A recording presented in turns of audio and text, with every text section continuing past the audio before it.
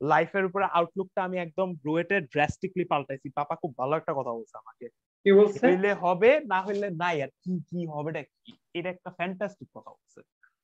এই আমরা মন খারাপ করি, পারতেছি না, হবে না, স্ট্রেস, প্যারা। এটাই ভাই, এত আরে লাভ ভাই, নাই।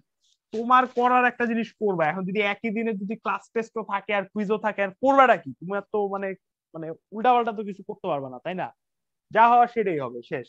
এই, এটা খুব ভালো একটা আউটলুক অন লাইফ।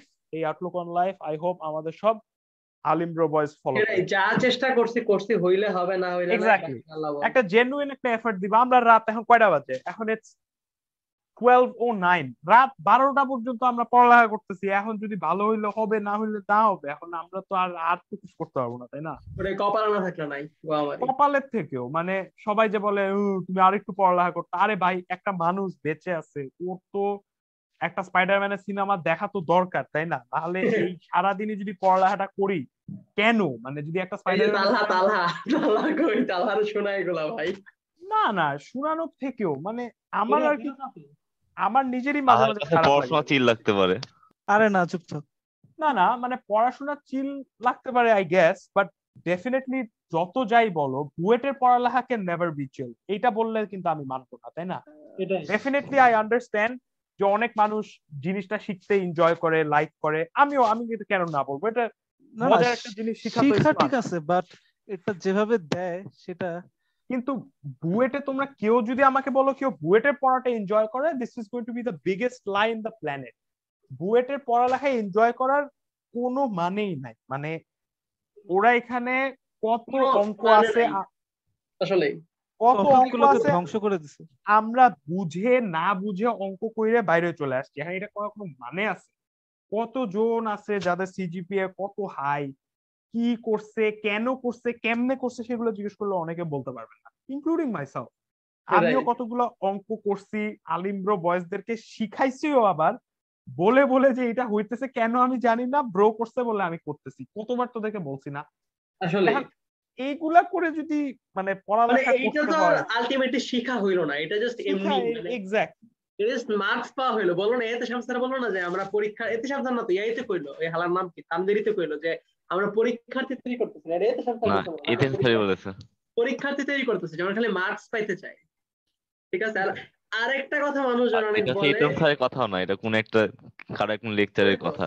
তার আরেকটা কথা মানুষ বলে যে অনেক কম পড়ি, কম পড়া, মানে বুয়েটে কম মিথ্যা, পড়া এটা ভালো চর। করা এটা এটা যদি ইম্পসিবল। কেউ তোমাদেরকে বলে থাকে এটা বুঝা দিই যে আমি এর ও প্রতি কোনো কিছু না পড়ে করে, ও জাস্ট মিথ্যা কথা বলতেছে, শেষ। হিপোক্রেট পুরা। ও হচ্ছে গিয়ে বেচে মইরে না মইরে, খায় না খায় পড়ালেখা করে। পরে এটাই। করলে তাহার লগে বিয়ে দিয়ে দেবো, যে কথা বলবে না পড়াও তো জিপে এই চুপ। 3.75 উপরে রাখলে। মানে আমার আমার সিম্পল অ্যাসেসমেন্ট হচ্ছে গিয়ে, তুমি যদি মানে ভালো করে পড়ালেখা না করো, 3.5-এর উপরে বুয়েটে উঠানো ফার্স্ট অফ অল পসিবল না।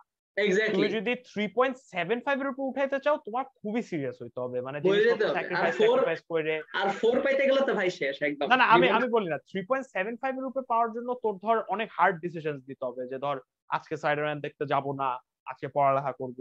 আমি আজকে এই দাওয়াতে যাব না, আমি পড়ালেখা করব, করলে 3.75 এর বেশি আসে।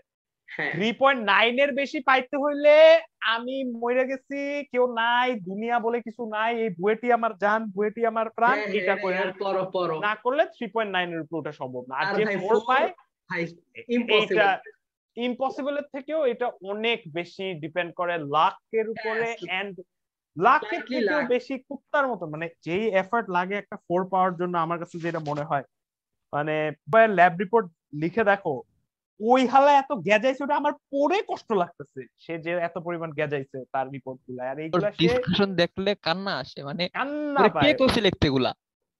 ও আসলে এটা বাড়াবাড়ি করে। আচ্ছা যাই হোক, এত কথায় গেলে আমি ওনারা just জিজ্ঞেস দুঃখ করছি হবো। যে ভাই আপনি আরসিসি রিপোর্ট মানে কতক্ষণ লাগে লিখতে, উনি বলছে এভারেজ 25-30 ঘন্টা।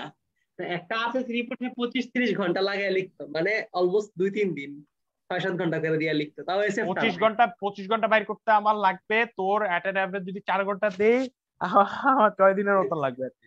কি কস? একটা আরসিসি যাই হোক, রিপোর্ট ভাই। আচ্ছা যাই হোক, বেশি দেরি হয়ে যেতেছে, আমি তোদেরকে আর বেশি টাইম দিতে পারবো না, আমার খুব পাইছে। ওকে।